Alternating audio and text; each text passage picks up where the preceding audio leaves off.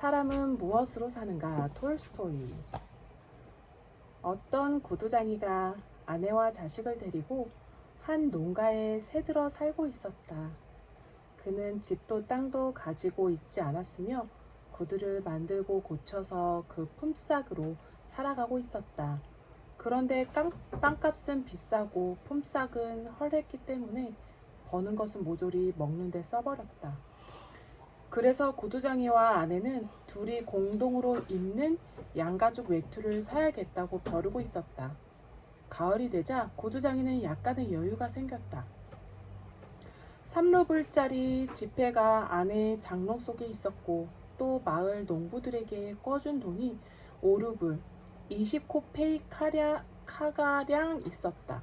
그래서 구두장이는 아침부터 양가죽을 사려고 마을에 갈 채비를 했다.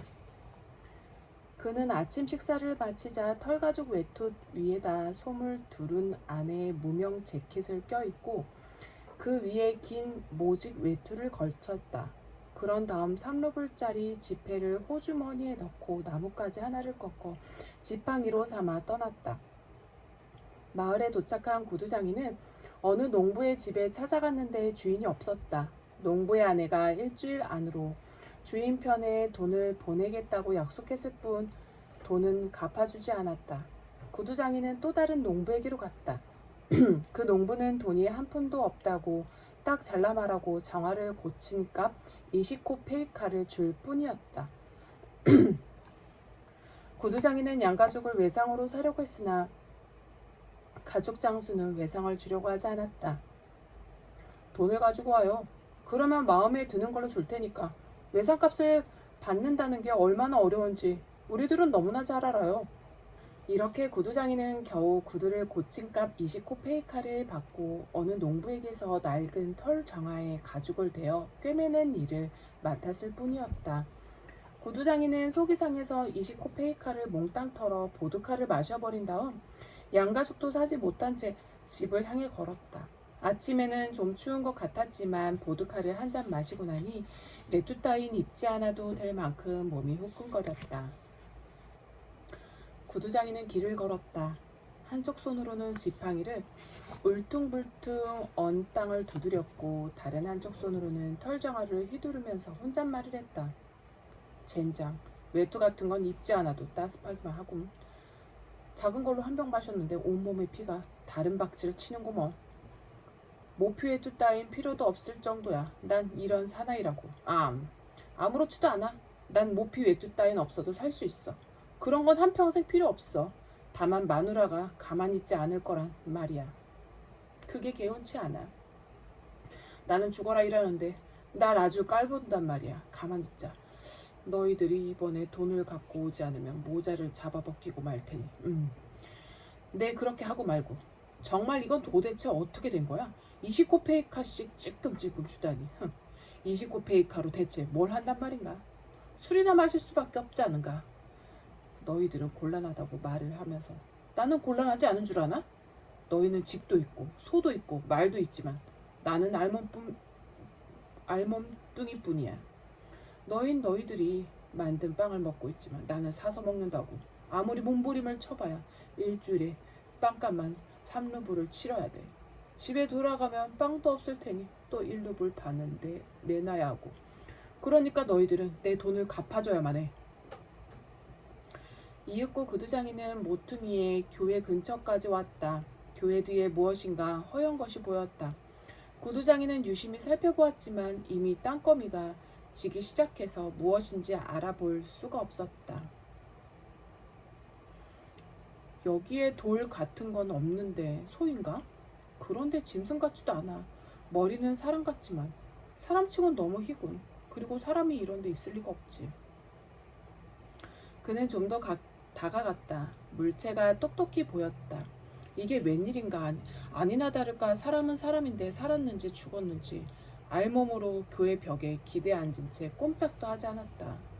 구두장이는 무서운 생각이 들었다. 어떤 자가 이 사나이를 죽이고 옷을 벗겨 여기 버린 모양이군. 너무 바싹 다가갔다가는 나중에 무슨 변을 당할지도 모르겠는걸. 구두장이는 그냥 지나쳐 교회 모퉁이를 돌았고 사나이의 모습은 보이지 않게 되었다. 구두장이는 교회를 지나서 사나이가 있는 곳을 돌아다 보았다. 사나이는 벽에서 떨어져 움직이기 시작했다. 어쩐지 이쪽을 보고 있는 것 같았다. 구두장이는 더러 겁이 났다. 가까이 가볼까? 그냥 지나쳐 갈까? 혹시 갔다가 무슨 봉변이라도 당하면 큰일이지. 저놈이 어떤 놈인지도 모르잖아. 어차피 좋은 일을 하고서 이런 데 왔을 리 없고 가까이 가면 무섭게 덤벼들어 날 목졸라 죽일지도 몰라. 그렇게 되면 꼼짝없이 죽는 거야. 설령 목졸라 죽이지는 않더라도 시끄러운 일이 벌어질 게 뻔해. 저 벌거숭이 사나이를 어쩐다.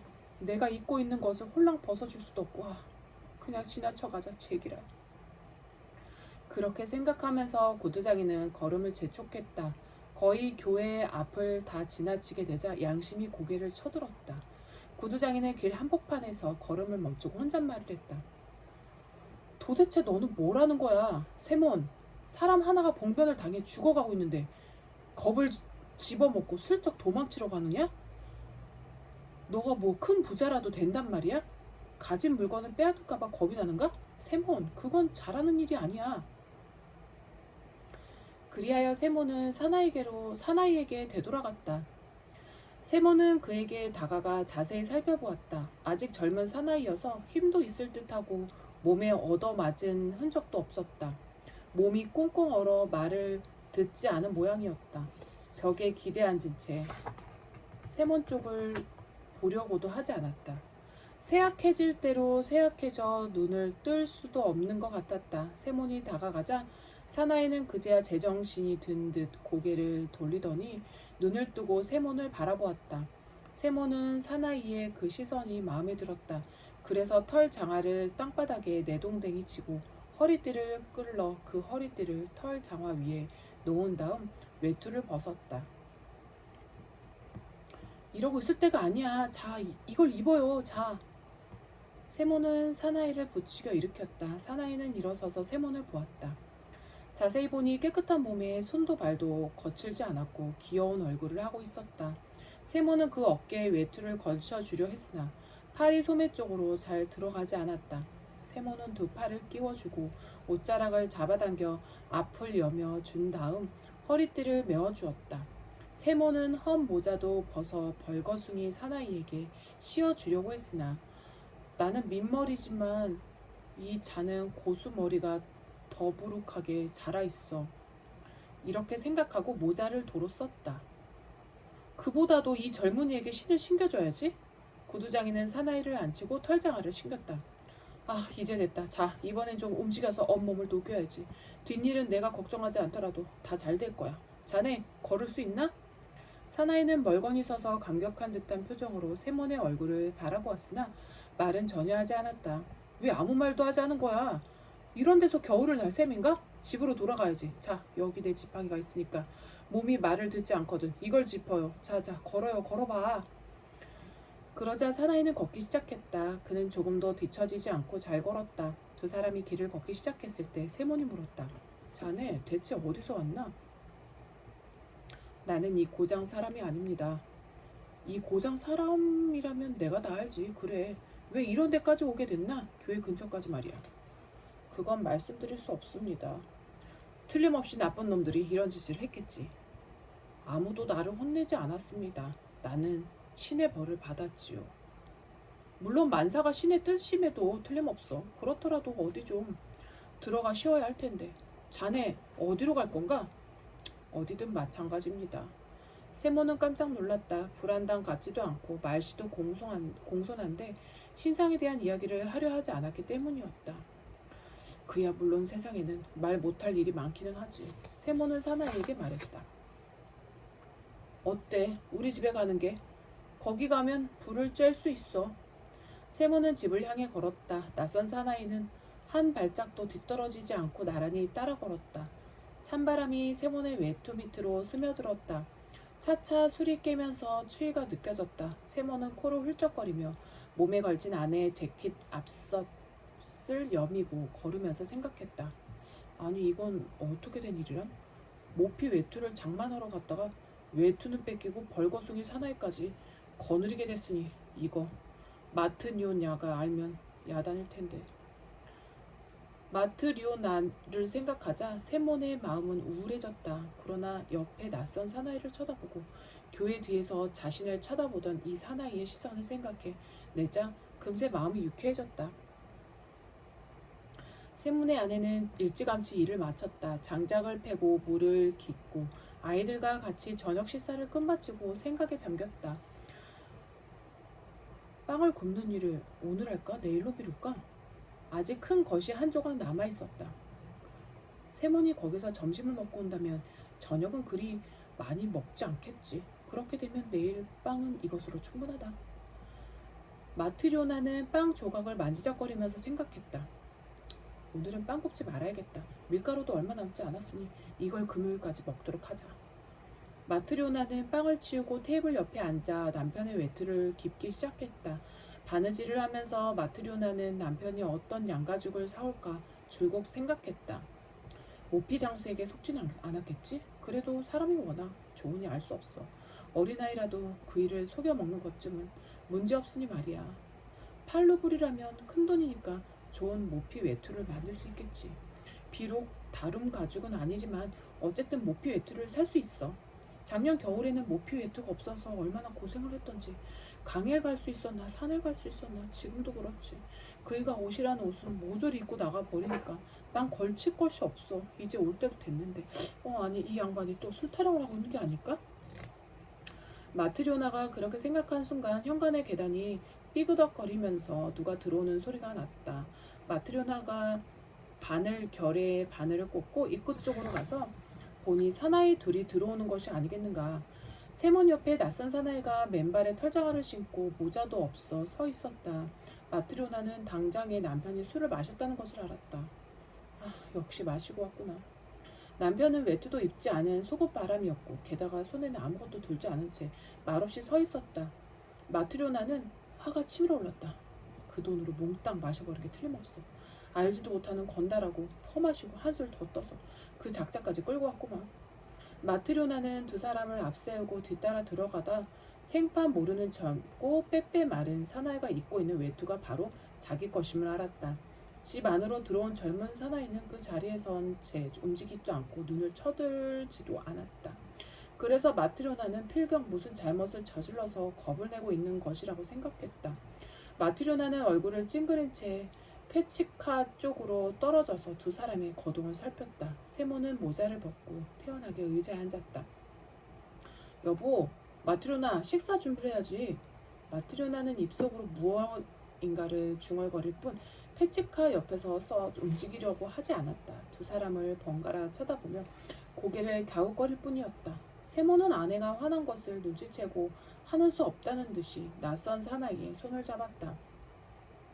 자, 앉아요. 저녁을 먹어야지. 낯선 사나이 의자에 앉았다.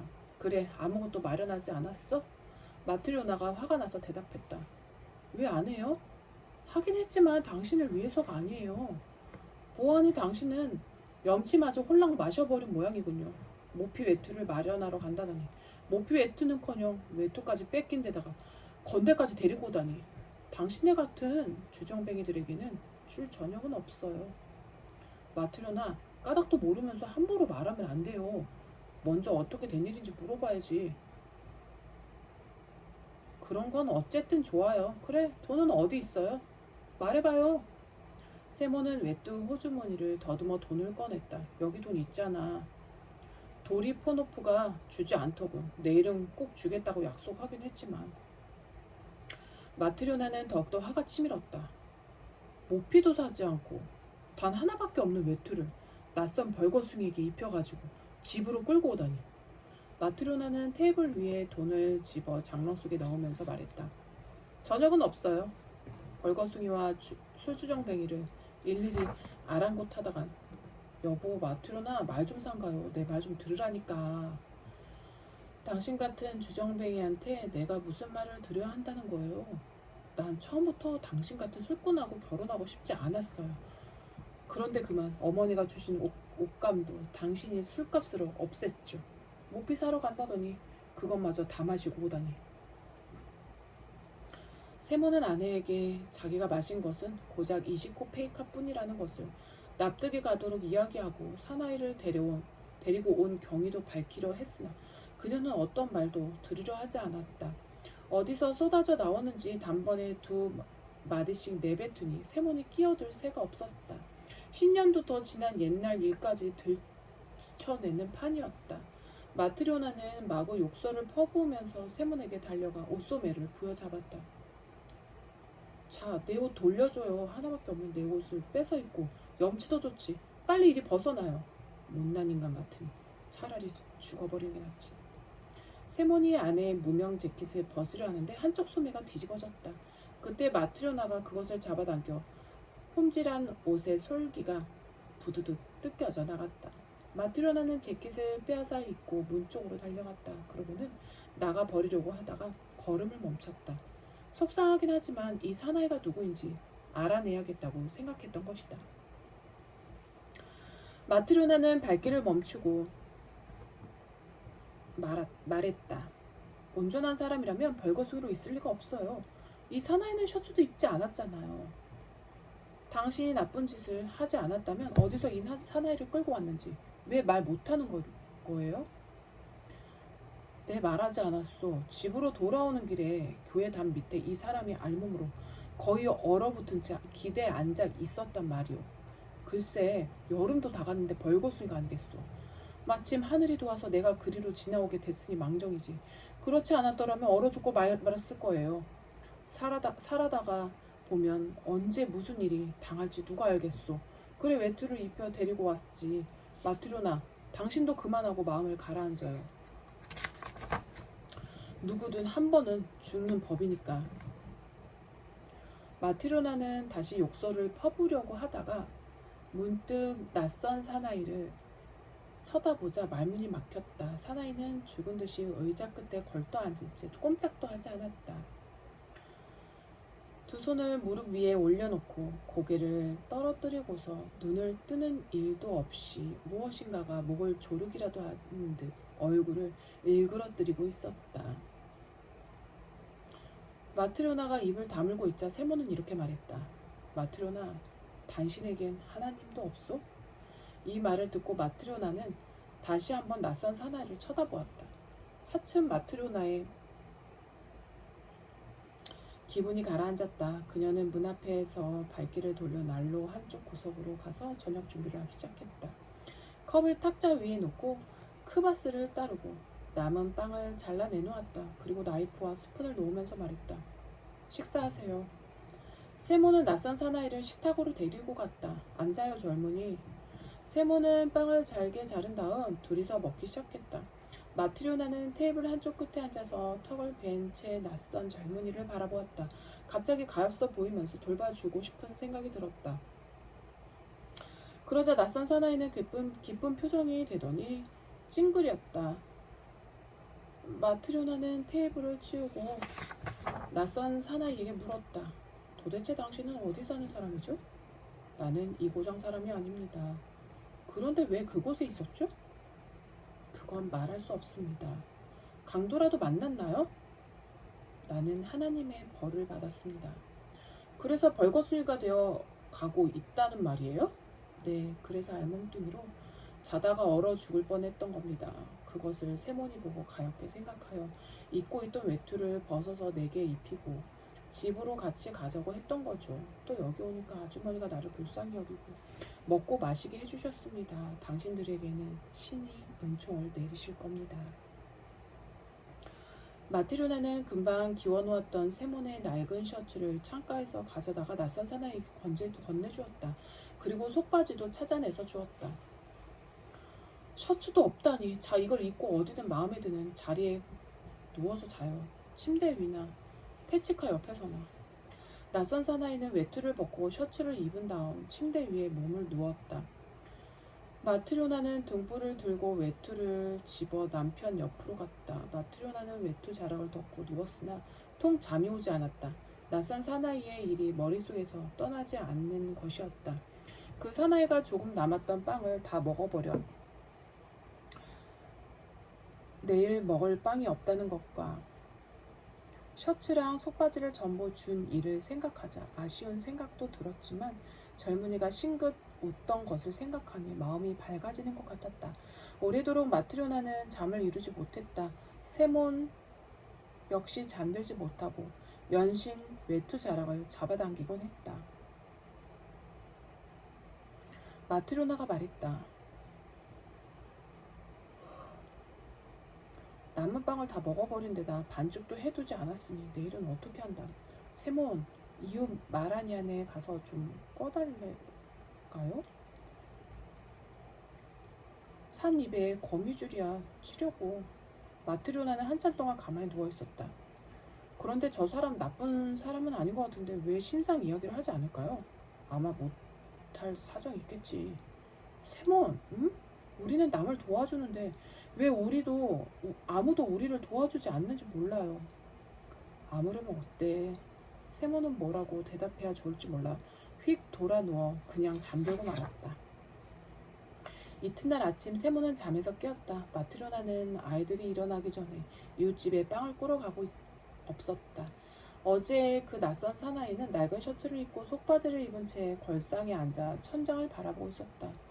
그 얼굴은 어제보다 밝았다. 어때 젊은이? 뱃속에선 빵을 요구하고 알몸뚱이는 옷을 원하니 무언가 벌이를 해야 하지 않겠나? 자네 무슨 일을 할 줄 아나? 나는 아무것도 할 줄 모릅니다. 세모는 깜짝 놀라 이렇게 말했다. 하려는 마음만 있으면 되는 거야. 사람은 뭐든지 배워서 익히면 돼. 모두 일하는데 나도 일을 해야지요. 자네 이름은 뭐라 부르지? 미하일입니다. 이봐 미하일, 자네는 신상 이야기를 하고 싶지 않은 모양인데 그건 아무래도 좋아. 굳이 듣고 싶은 것도 아니니까. 하지만 밥벌이는 해야 해. 내가 시키는 대로 일을 하면 우리 집에 머물러도 좋네. 아, 고맙습니다. 열심히 배우고 익히겠습니다. 뭐든지 가르쳐 주십시오. 세모는 실을 집어 손가락에 감고 꼬기 시작했다. 그다지 어려운 건 아니야. 자 보라고. 미하일은 그것을 들여다보더니 금방 배워 그와 마찬가지로 손가락에 감아 실을 꼬았다. 이번에는 실을 찌는 법을 가르쳐줬는데 미하일은 그 일도 여간 잘하지 않았다. 세몬이 돼지털을 바늘에 깨어 꿰매는 일을 해 보이자 그것도 미하일은 금방 배웠다. 미하일은 세몬이 어떤 일을 가르쳐도 금방 배웠다. 사흘 후에는 일을 시작하게 되었는데 마치 이제까지 구두를 꿰매온 것 같은 솜씨였다. 미하일은 허리를 펼 사이도 없이 부지런히 일만 하고 식사는 조금밖에 하지 않았다. 한가할 때는 잠자코 천장만 쳐다보았다. 밖으로 나가지도 않았고 싱긋 웃는 것은 처음 왔던 날 마트료나가 저녁 준비를 했을 때뿐이었다. 하루하루가 지나 일주일이 지나고 1년이라는 세월이 흘렀다. 미하일은 여전히 세몬의 집에 살면서 일했는데 세몬의 보조공으로 소문이 자자했다. 세몬의 보조공 미하일만큼 모양 좋고 튼튼한 구두를 짓는 사람은 없다고 하여 이웃 마을에서까지 주문이 밀려들어 세몬의 수입은 점점 늘어갔다. 어느 겨울날의 일이었다. 세몬이 미하일과 마주 앉아서 일을 하고 있는데 방울을 잔뜩 단 마차 소리가 요란하게 들렸다. 창문으로 내다보니 그 마차는 바로 가게 앞에 섰다. 그리고 젊은 사람이 마부석에서 뛰어내려 마차 문을 열어주자 마차 안에서 모피 외투를 입은 신사가 나왔다. 그는 세몬의 집으로 올라왔다. 마트료나는 뛰어나가 문을 활짝 열었다. 몸을 굽히고 안으로 들어온 신사가 허리를 쭉 폈는데 머리는 거의 천장에 닿을 지경이었고 온 방 안에 신사의 몸으로 꽉 들어차다시피 했다. 세몬 일어서서 일인사했는데 신사의 큰 몸집을 보고 벌린 입을 다물지 못했다. 지금까지 이렇게 큰 사람을 본 일이 없었기 때문이다. 세몬도 살집이 없는 편이고 미하일도 깡 마른 편이며 마트료나조차도 마치 마른 잎사귀처럼 살이 없는데 이 신사는 다른 나라에서 왔는지 얼굴은 불구스름하니 윤이 나고 목은 황소처럼 굵어서 마치 몸뚱이 전체가 모세로 된 것 같았다. 신사는 훅 숨을 크게 내쉬더니 모피 외투를 벗으며 의지에 앉아 말했다. 이 구두 가게 주인은 누군가? 세몬이 나서며 말했다. 제가 주인인데 쇼나리. 그러자 신사는 자기가 데리고 온 젊은이에게 큰 소리로 명령했다. 패지가 그걸 이리 가져와. 젊은이가 달려가더니 무슨 꾸러미를 가지고 왔다. 신사는 꾸러미를 받아 테이블 위에 놓더니 글러라 하고 그 젊은이에게 명령했다. 주인, 이 가죽이 무슨 가죽인지 알고 있나? 세몬은 가죽을 만져보고 나서 대답했다. 꽤 좋은 가죽입니다. 그야 물론 틀림없이 좋은 가죽이지. 바보 같으니라고. 자네는 이제까지 이런 가죽을 구경조차 못했을 거야. 독일산이거든. 20루블이나 줬다고. 세모는 겁먹은 듯 말했다. 저 같은 사람이 어찌 구경이나 했겠습니까? 그야 당연하지. 어디 이 가죽으로 내 발에 꼭 맞는 장화를 지을 수 있겠나? 지을 수 있고 말굽쇼 나리. 신사는 느닷없이 소리 질렀다. 지을 수 있고 말굽쇼라고? 너는 누구의 장화를 짓는지, 무슨 가죽으로 짓는지를 명심해야 해. 나는 1년을 신어도 찢어지지 않고 모양이 변치 않는 장화를 원해. 그렇게 만들 수 있으면 일에 착수하여 가죽을 재단해. 하지만 안 될 것 같으면 손도 대지 마라. 미리 말해두겠는데 만약 장화가 1년도 채 되지 않아 찢어지거나 모양이 변한다면 내 놈을 감옥에 넣어버릴 테다. 만약 1년이 넘도록 모양이 변하지 않고 찢어지지도 않으면 삭수로 10루블을 주겠다. 세모는 더러 겁이 나서 대답도 못하고 미하일 쪽을 돌아다 보았다. 그러고는 팔꿈치로 미하일을 쿡 찌르면서 작은 목소리로 물었다. 이봐, 어떻게 하지? 미하일은 그 일을 받으십시오 하는 듯이 고개를 슬쩍 끄덕였다. 세모는 미하일의 고갯짓을 보고 그 일 1년 동안 일그러지지도 찢어지지도 않을 장화를 주문받았다. 신사는 젊은이를 불러 왼쪽 구두를 벗기게 하고 다리를 쭉 폈다. 치수를 재라. 세모는 10베르시오크 종이를 꿰매 붙여 자리에 펴고 무릎을 꿇고서 신사의 양말을 더럽힐세라. 앞치마에 손을 잘 닦은 다음 치수를 재기 시작했다. 바닥을 재고 발등 높이를 재고 종아리를 잴 차례가 되었는데 종이끈이 마주 닿지 않았다. 신사의 종아리가 통나무만큼이나 굵었던 것이다. 정신 차려서 해. 종아리가 꽉 끼게 해서는 안 된다. 세모는 다시 종이를 덧붙였다. 신사는 의젓하게 앉아 양말 속에 발가락을 꼼직꼼직 놀리면서 방 안 사람들을 둘러보고 있다가 미아이를 보고 물었다. 저건 누구냐? 이 가게 직공인데 그가 장화를 지을 겁니다. 똑똑히 알아둬라. 1년간은 끄떡도 않게 지어야 한다. 신사가 미하일에게 말했다. 세몬도 미하일을 돌아보았다 보았다. 그런데 미하일은 나라의 얼굴은 보지 않고 그 뒤에 구석을 응시하고 있었다. 마치 누군가 있어 그가 누구인지를 알아내려고 하는 듯한 표정이었다. 물끄러미 응시하고 있던 미하일은 갑자기 싱긋웃더니 얼굴이 활짝 밝아졌다. 넌 뭘 싱글거리고 있는 거냐, 바보처럼. 정신 차려서 기한 내에 만들어낼 생각이나 하지 않고. 그러자 미하일은 말했다. 네, 그렇게 하겠습니다. 좋아 좋아. 신사는 구두를 신고 모피 외투를 입자 문간 쪽으로 걸음을 옮겼다. 그런데 허리 굽히는 것을 잊어 그만 문에 이마를 세게 부딪혔다. 신사는 욕설을 퍼붓더니 이마를 문지르며 마차를 타고 가버렸다. 신사가 나가자 세몬이 말했다. 정말 대단한 날이야. 그 어른은 큰 도끼로도 죽이지 못할걸. 방이 흔들거리도록 이마를 부딪혔는데 별로 아프지도 않은 모양인가 봐. 그러자 마트료나도 말했다. 저렇게 부유한 생활을 하는데 체격들이 왜 좋지 않겠어요? 저렇게 튼튼한 사람에게는 염라대왕도 감히 접근하지 못할걸요. 세모는 미하엘에게 말했다. 일을 맡긴 했지만 이것 까닥 잘못하는 날엔 감옥살이야. 가죽도 비싼 데다 나라는 성깔이 대단하시고 절대 실수하면 안 되는데 자, 자네는 눈도 밝고 솜씨도 나보다 나으니 여기 이 치수 본을 주겠네. 나는 겉가죽을 꿰맬 테니까. 미하일은 시키는 대로 가죽을 탁자 위에 펼쳐놓은 다음 칼을 들어 재단하기 시작했다. 마트료나는 미하일 옆으로 다가가 재단하는 것을 보고 깜짝 놀랐다. 마트료나도 이제 구두 만드는 일에는 익숙할 터인데 가만히 보니 미하일은 장화 모양과는 전혀 다르게 가죽을 둥글게 자르는 것이 아닌가. 마트료나는 주의를 줄까 하다가 생각했다. 아마 내가 잘못 들은 건지도 몰라. 미하일이 더 잘 알고 있을 테니 참견하지 말아야지. 미하일은 가죽 재단을 마치고 실을 바늘에 꿰매기 시작했는데 그것은 장화를 꿰매는 두 겹 실이 아니라 슬리퍼를 꿰매는 한 겹 실이 아닌가. 그것을 보고 마트료나는 또 크게 놀랐으나 역시 참견하지 않았다. 미하일은 열심히 꿰매고 있었다. 점심때가 되어 세몬이 일어나 보니 미하일이 신세 가죽으로 슬리퍼를 만들어 놓은 것이 보였다. 세몬은 아 하고 크게 소리 질렀다.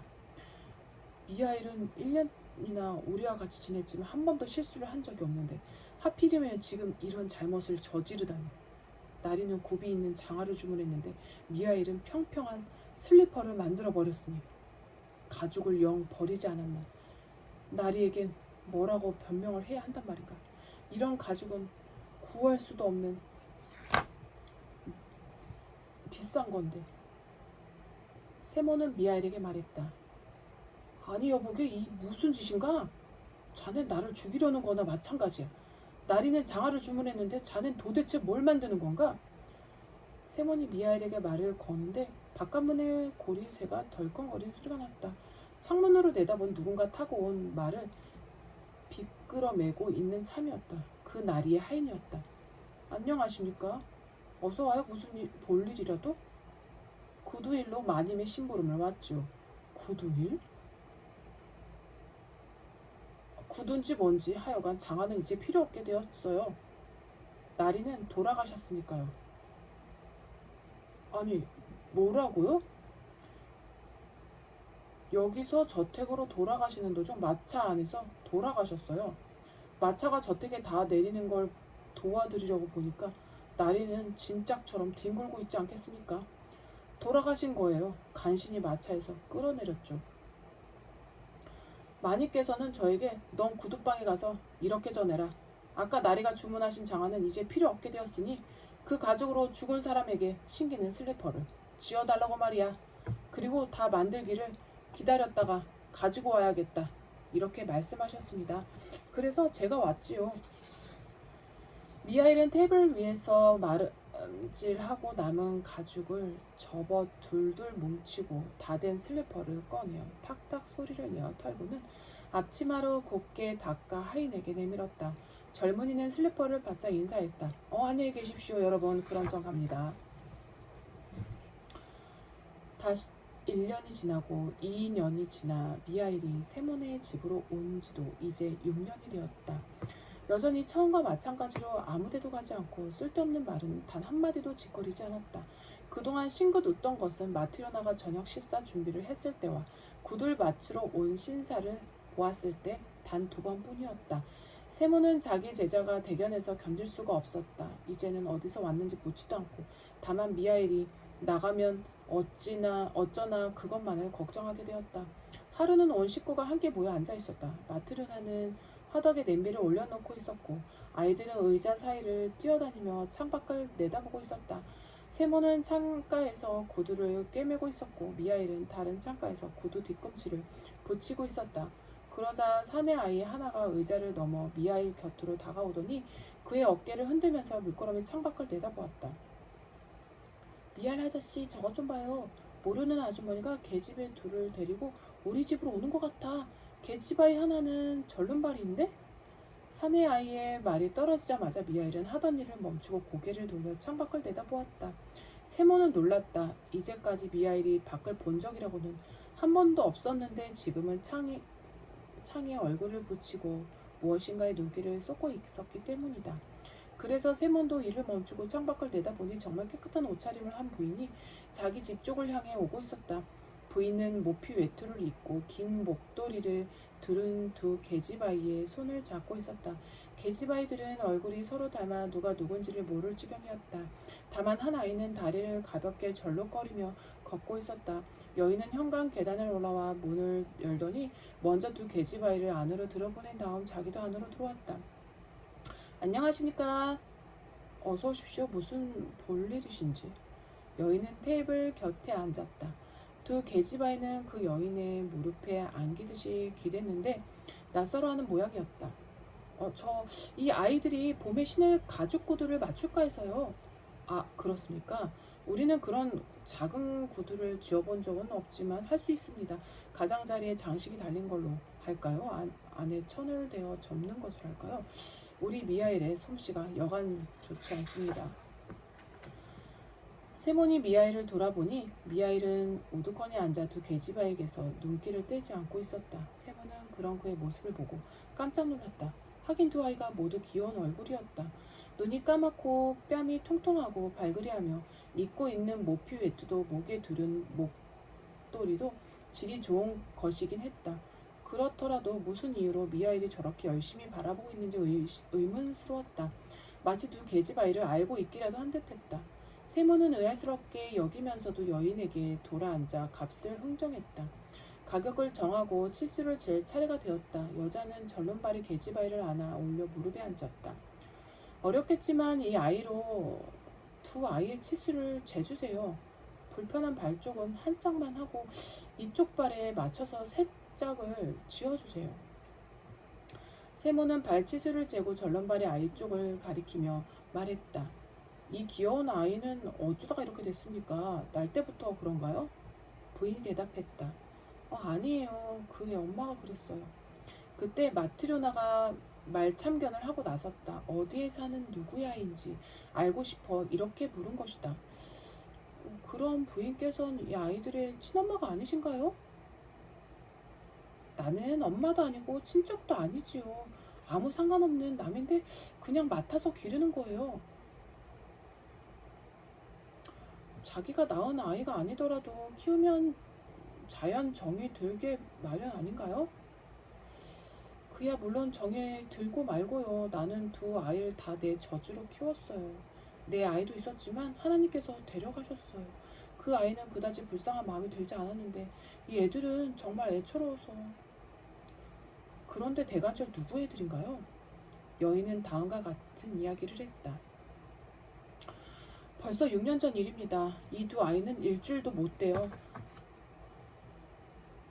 천의 고아가 돼 버렸던 거예요. 아버지는 두 아이가 태어나기 사흘 전에 죽고 어머니는 아기를 낳고 하루도 못 살았으니까요.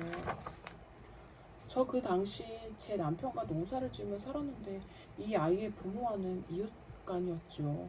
우린 늘 뒷문으로 왕래했죠. 이 애들의 아버지는 거들어주는 사람도 없이 혼자 숲에서 일하고 있었는데 어느 날 큰 나무가 쓰러지면서 그 나무에 허리를 세게 맞아 쓰러지지 않겠어요. 집에까지 간신히 옮겨다 놓았지만 곧 저 세상으로 가버렸지요. 그런데 그 아내는 며칠 후에 쌍둥이를 낳았던 거예요. 이 아이들이 바로 그 애들이죠. 가난한 데다가 일가 친척도 없고 일을 봐줄 만한 늙은이나 아주머니 하나 없이 그야말로 외톨이여서 혼자 해산을 하고 죽어간 거죠. 내가 그 이튿날 아침에 궁금해서 뒷문으로 그 집에 들어가 보았더니 가엾게도 벌써 숨이 끊어져 있었지요. 게다가 숨이 넘어가는 순간 바로 이 아이에게 쓰러져 버렸기 때문에 몸에 무게에 눌려 다리를 못 쓰게 되었던 거예요. 마을 사람들이 모여 시체를 목욕시키고 수의를 입히고 관을 짜고 해서 장례식을 마쳤지요. 모두들 친절한 사람들이거든요. 그런데 갓난아이 둘만 남았으니 정말로 큰일이지 뭡니까? 거기 모인 여자 중에 젖먹이가 있는 사람은 나뿐이었어요. 나는 그때 낳은 지 겨우 8주밖에 안 되는 첫 아이에게 젖을 주고 있었죠. 그래서 내가 임시로 두 계집아이를 맡기로 했죠. 마을 사람들이 모여 이 아기들을 어떻게 해야 할지 여러 가지로 의논한 끝에 이렇게 말했습니다. 마리아 아줌마가 이 아기들을 한동안 맡아주지 않겠어요? 조금만 돌봐주면 우리가 곧 다른 방법을 찾을 테니까요. 저는 다리가 온전한 애에게만 젖을 물렸습니다. 이쪽 저른발이 애에게는 줄 생각도 안 했죠. 도저히 살지 못하리라고 생각했기 때문이었어요.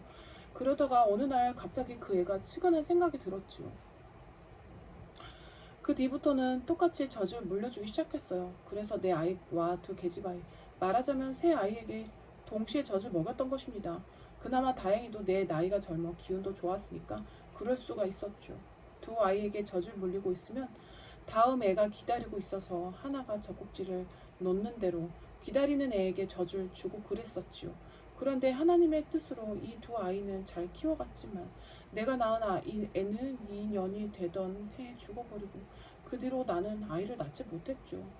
한편 살림살이는 차차 나아져서 지금 이 말에서 어떤 상인의 방앗간을 맡아보고 있답니다. 급료도 넉넉해서 유복한 살림을 꾸려가기는 한답니다.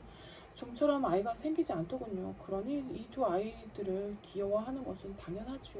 이 두 아이들은 내게 있어서 촛불과도 같아요. 여인이 한쪽 손으로 절름발의 계집아이를 끌어당기며 다른 한쪽 손으로 뺨에 흐르는 눈물을 닦았다. 마트로나도 길게 한숨 쉬며 말하였다. 부모 없이는 살아갈 수 있지만 하나님 없이는 살아가지 못한다고 흔히들 말하는데 정말로 그런 것 같군요. 세 사람은 이런 말들을 주거니 받거니 하고 있었는데 갑자기 마하일이 앉아있는 쪽 구석에서 성광이 비쳐와 온 방안이 환하게 밝혀졌다. 모두가 놀라 그쪽을 돌아보니 미하일은 두 손을 무릎 위에 얹고 위를 쳐다보면서 싱긋 웃고 있었다. 여인이 두 계집아이를 데리고 나가자 미하일은 의자에서 일어나 일감을 테이블 위에 올려놓고 앞치마를 벗으며 주인 내외에게 허리를 굽혀 인사했다. 안녕히 계십시오. 주인 아저씨 아주머니, 하나님께서 용서해 주셨으니 당신들도 제발 용서해 주십시오. 주인 내외는 미하일에게 빛이 비치고 있는 것을 보았다. 세모는 미하일에게 고맙다고 인사를 했다. 미하일, 자네는 보통 인간은 아닌 모양이니 자네를 붙잡을 수도 없고 꼬치꼬치 깨물을 수도 없네. 하지만 꼭 한 가지만 알고 싶은 것이 있네. 자네를 이끌고 집으로 돌아왔을 때 자네는 몹시 침울한 얼굴을 하고 있었으나 내 아내가 저녁 준비를 하기 시작하자 싱긋 웃으며 밝은 표정을 지었는데 어찌된 까닭인가? 또 나리가 장아를 주문했을 때도 자네는 웃으면서 표정이 밝아졌었네. 지금 또 부인이 아이들 둘을 데리고 왔을 때 자네는 세 번째로 빙그레 웃었네. 그리고 몸에서는 후광이 비쳤네. 미하일, 어떻게 자네 몸에서 그런 빛이 비치는지, 그리고 왜 세 번 싱긋 웃었는지 그 까닭을 좀 말해주게나. 미하일은 말했다. 제 몸에서 빛이 나는 것은 다름이 아니라 제가 하나님의 벌을 받고 있는 중이었는데 방금 용서받았기 때문입니다. 또 제가 세 번 싱긋 웃은 것은 하나님의 세 가지 말씀의 뜻을 알아냈기 때문입니다. 한 가지 말씀은 아주머니가 저를 생각하셨을 때 깨달았고, 또 한 가지는 부자나리가 장아를 주문할 때 알게 되어 웃었습니다. 그런데 지금 두 계집아이를 보고 마지막 세 번째 말씀을 알게 되어 또다시 웃은 것입니다. 이 말을 듣고 세문이 말했다. 그럼 내게 들려주지 않겠나? 자네가 알지 않으면 안 되었던 세 가지 말씀이란 대체 무엇인가? 그러자 마하일은 대답했다. 제가 벌을 받은 것은 하나님의 말씀을 거역했기 때문입니다. 저는 천사였는데 하나님의 말씀을 거역했습니다. 어느 날 하나님은 한 여자에게서 영을 빼앗도록 제게 명령하셨습니다. 그 여자는 쌍둥이 딸을 낳았습니다. 갓난 아기는 어머니 곁에서 꼬무락거리고 있었으나 어머니는 젖을 줄 기운도 없었던 것입니다. 여인은 제 모습을 발견하자 하나님이 보내신 줄 짐작하고 매우 슬프게 흐느끼며 말했습니다. 아, 천사님, 남편은 숲에서 나무에 깔려 죽어 바로 며칠 전에 장례식을 치른 참입니다. 내게는 형제자매도 큰어머니도 작은어머니도 할머니도 없기 때문에 이 갓난 애들을 거두어줄 사람이 없습니다. 제발 제 영혼을 가져가지 마시고 이 아이들을 내 손으로 키우게 해주세요. 어린아이는 부모 없이는 살지 못합니다. 저는 그녀가 하는 말을 듣고 한 아이를 안아 젖꼭지를 물려주고 다른 아이는 팔에 안겨준 다음 하늘나라에 돌아갔습니다. 하나님 곁으로 날아가서 말했습니다. 저는 도저히 산모의 혼을 빼앗아 올 수가 없었습니다. 남편은 나무에 깔려 죽고 부인은 방금 쌍둥이를 낳고서 제발 혼을 거두어 가지 말아달라고 애원했습니다. 제발 자기 손으로 아이들을 키우게 해달라면서 어린아이는 부모 없이는 살지 못한다는 것이었습니다.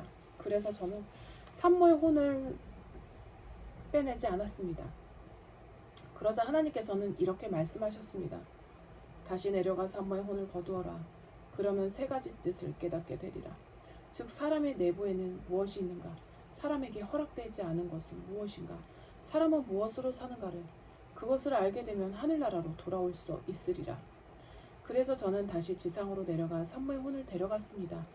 두 아기는 어머니의 가슴에서 떨어져 있었으나 주검이 침상 위에서 쓰러지는 바람에 한 아이를 덮쳐 눌러 한쪽 다리를 못쓰게 만들고 만 것입니다.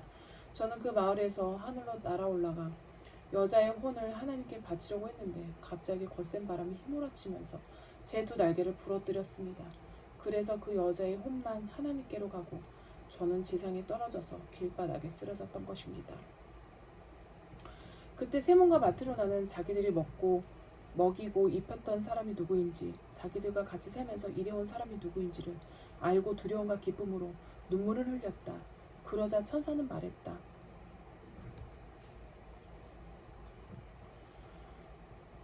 저는 홀로 알몸인 제 들판에 버려졌습니다. 저는 인간의 부자유라는 것도 추위도 배고픔도 모르고 있었는데 그런 제가 갑자기 인간이 돼버린 것입니다. 배고픔도 극한에 달했고 몸도 얼어붙어 어떻게 해야 좋을지 몰랐습니다. 그때 들 한가운데 하나님을 모시는 교회가 눈에 띄어 몸을 의지하려고 그곳으로 갔으나 문이 잠겨 있어 안으로 들어갈 수가 없었습니다. 저는 바람을 피하려고 교회 뒤로 돌아가 앉았습니다. 이윽고 날이 저물자 배고픔은 더욱 심해지고 몸은 얼대로 얼어 거의 죽기 직전이었습니다. 그때 어떤 사람이 장화를 들고 걸어오면서 혼잣말을 하는 소리가 들려왔습니다. 저는 인간이 되어서 맨 처음 언젠가는 죽을 인간의 얼굴을 보았습니다. 저는 그 얼굴이 무서워 돌아 앉았습니다. 그런데 자세히 들으니 그 사나이는 이 추운 겨울에 몸을 감쌀 옷을 어떻게 마련해야 할 것인가 고민하고 있었습니다. 거기서 나는 생각했습니다. 나는 추위와 배고픔에 거의 죽어가고 있다. 마침 저기 사람이 오고 있지만 그는 자기들 내외의 모피 외투를 어떻게 마련하나 어떻게 살아가야 하나 그것만을 생각하고 있다. 그러니까 이 사나이에게는 나를 도와줄 만한 힘이 없다. 그는 저를 발견하자 얼굴을 찡그리고 먼저보다 더 무서운 몰골이 되어 터덜터덜 제 곁을 지나갔습니다. 그나마 한 줄기 희망마저도 사라져버린 느낌이었는데 이때 갑자기 사나이가 되돌아오는 발소리가 들렸습니다. 다시 그 얼굴을 쳐다보았을 때는 방금 지나간 사나이가 아니구나 생각했을 정도였습니다. 좀 전에 죽음의 기운이 서려 있었던 그 얼굴에는 생기가 돌고 신의 그림자가 어리어 있었습니다. 사나이는 제 곁으로 다가와 옷을 입혀주고 저를 데리고 집으로 갔습니다. 집에 이르니 한 여자가 나와서 말을 늘어놓기 시작했는데 그 여자는 사나이보다 더 무서웠습니다. 그 입에서는 죽음의 입김이 뿜어 나와 저는 그 도끼 때문에 숨을 제대로 쉴 수가 없었습니다. 여자는 저를 추운 밖으로 몰아내려고 했습니다. 만약 그대로 나를 내쫓았더라면 여자는 죽고 말았을 것입니다. 그것을 저는 잘 알고 있었으니까요. 그러나 그때 남편이 갑자기 하나님 얘기를 꺼내자 여자는 금방 태도가 누그러졌습니다. 여자가 저녁밥을 권하면서 제 얼굴을 흘끗 쳐다보았을 때 그 얼굴에는 죽음의 그림자가 이미 자취도 없이 사라지고 생기가 넘쳐 있었습니다. 저는 거기서 신의 얼굴을 발견한 것입니다. 그때 저는 인간 안에는 무엇이 있는지 그것을 알게 되리라 라고 하신 하나님의 첫 번째 말씀을 생각해냈습니다. 나는 인간 안에 있는 것은 바로 사랑이라는 것을 깨달았습니다.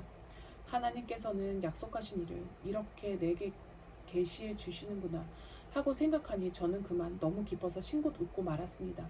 그러나 아직도 그 전부를 알 수는 없었습니다. 인간에게 무엇이 허락되어 있지 않은가, 사람은 무엇으로 사는가 라는 것을 몰랐던 것입니다. 당신들과 같이 살면서 1년이 지났습니다. 그러던 어느 날 한 사나이가 찾아와서 1년 동안 닳지도 찢어지지도 일그러지지도 않을 장화를 만들어 달라고 했습니다. 제가 문득 그 사나이를 쳐다보니 뜻밖에도 그 사나이의 등 뒤에 나의 동료였던 죽음의 천사가 서 있는 것을 발견했습니다. 저 이외에는 아무도 그 천사를 보지 못했고 저는 알고 있었죠. 날이 저물기도 전에 그의 영혼은 그에게서 떠나버린다는 것을 알았습니다. 저는 생각했습니다. 사나이는 1년을 신어도 끄떡없는 구두를 만들라고 하지만 자기가 오늘 저녁 안으로 죽는다는 것을 모른다는 것. 그래서 인간에게 허락되지 않은 것은 무엇인가? 라는 하나님의 두 번째 말씀을 생각해냈습니다.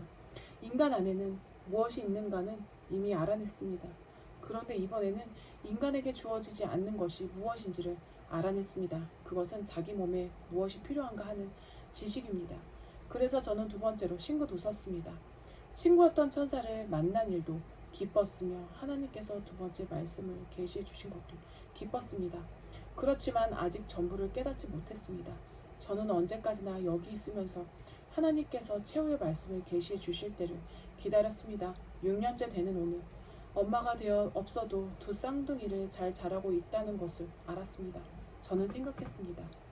어머니가 자식을 봐서 살려달라고 부탁했을 때 나는 그 말을 정말이라고 믿고 아이들은 부모 없이 살아가지 못한다고 생각했는데 다른 사람이 엄연히 두 아이를 잘 기르고 있지 않은가.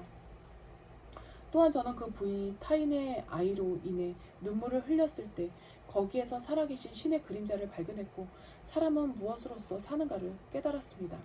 하나님께서 최후의 말씀을 계시하여 저를 용서해 주셨다는 것을 알았으므로 세 번째로 싱긋 웃었던 것입니다. 그러자 천사가 나타났는데 온몸이 빛으로 둘러싸여서 눈을 똑바로 뜨고 볼 수조차 없었다. 그 천사는 커다란 목소리로 이야기하기 시작했다. 그것은 그가 스스로 말하는 것이 아니라 하늘에서 울려오는 목소리 같았다. 천사는 이렇게 말했다. 나는 이런 것을 깨달았다. 모든 사람은 자신을 살피는 마음에 의하여 살아가는 것이 아니라 사랑으로서 살아가는 것이다. 어머니는 자기 아이의 생명을 위해서 무엇이 필요한가를 아는 것이 허락되지 않았다. 또 부자는 자기에게 무엇이 필요한지를 알지 못했다. 저녁 때까지 무엇이 필요한지, 산 자가 신을 장화일지, 죽은 자에게 신기는 슬리퍼일지를 아는 것은 어떤 사람에게도 허락되지 않았다. 내가 인간이 되고 나서 무사히 살아갈 수 있었던 것은 내가 내 자신의 일을 여러 가지로 걱정했기 때문이 아니라 지나가던 사람과 그 아내에게 사랑이 있어 나를 불쌍하게 여기고 나를 사랑해 주었기 때문이다. 고아가 잘 자라고 있는 것은 모두가 두 아이의 생계를 걱정해 주었기 때문이 아니라 타인인 한 여인에게 사랑의 마음이 있어 그 애들을 가엾게 생각하고 사랑해 주었기 때문이다. 모든 인간이 살아가고 있는 것도 모두가 각자 자신의 일을 걱정하고 있기 때문이 아니라 그들 속에 사랑이 있기 때문이다. 나는 이전에 하나님께서 인간에게 생명을 내려주시고 모두가 함께 살아가도록 바라고 계신다는 것을 알았지만 이번에는 한 가지 일을 더 깨달았다. 하나님께서는 인간이 뿔뿔이 떨어져 사는 것을 원하지 않으신다. 그렇기 때문에 인간 각자에게 무엇이 필요한가를 계시하지 않았던 것이다. 인간이 하나로 뭉쳐 사는 것을 원하시기 때문에 우리에게 모든 인간은 자신을 위해서 또 만인을 위해서 무엇이 필요한가를 계시하신 것이다. 이제야말로 나는 깨달았다. 모두가 자신을 걱정함으로써 살아갈 수 있다고 생각하는 것은 다만 인간들이 그렇게 생각하는 것일 뿐 사실은 사랑에 의해 살아가는 것이다. 사랑 속에 사는 자는 하나님 안에 살고 있다. 하나님은 사랑이시므로. 그렇게 말하고 천사는 하나님을 찬송했다. 그러자 그 목소리로 인하여 집이 울리는 것 같았다. 그리고 천장이 두 갈래로 쫙 갈라지면서 땅에서 하늘까지 불기둥이 뻗쳤다. 세몬 내외도 아이들도 모두 땅바닥에 엎드렸다. 마하일의 등에서 날개가 활짝 펼쳐지더니 천사가 된 그는 하늘로 날아 올라왔다. 세몬이 정신을 차렸을 때는 집은 예전 그대로였지만 거기에 가족 외엔 아무도 없었다.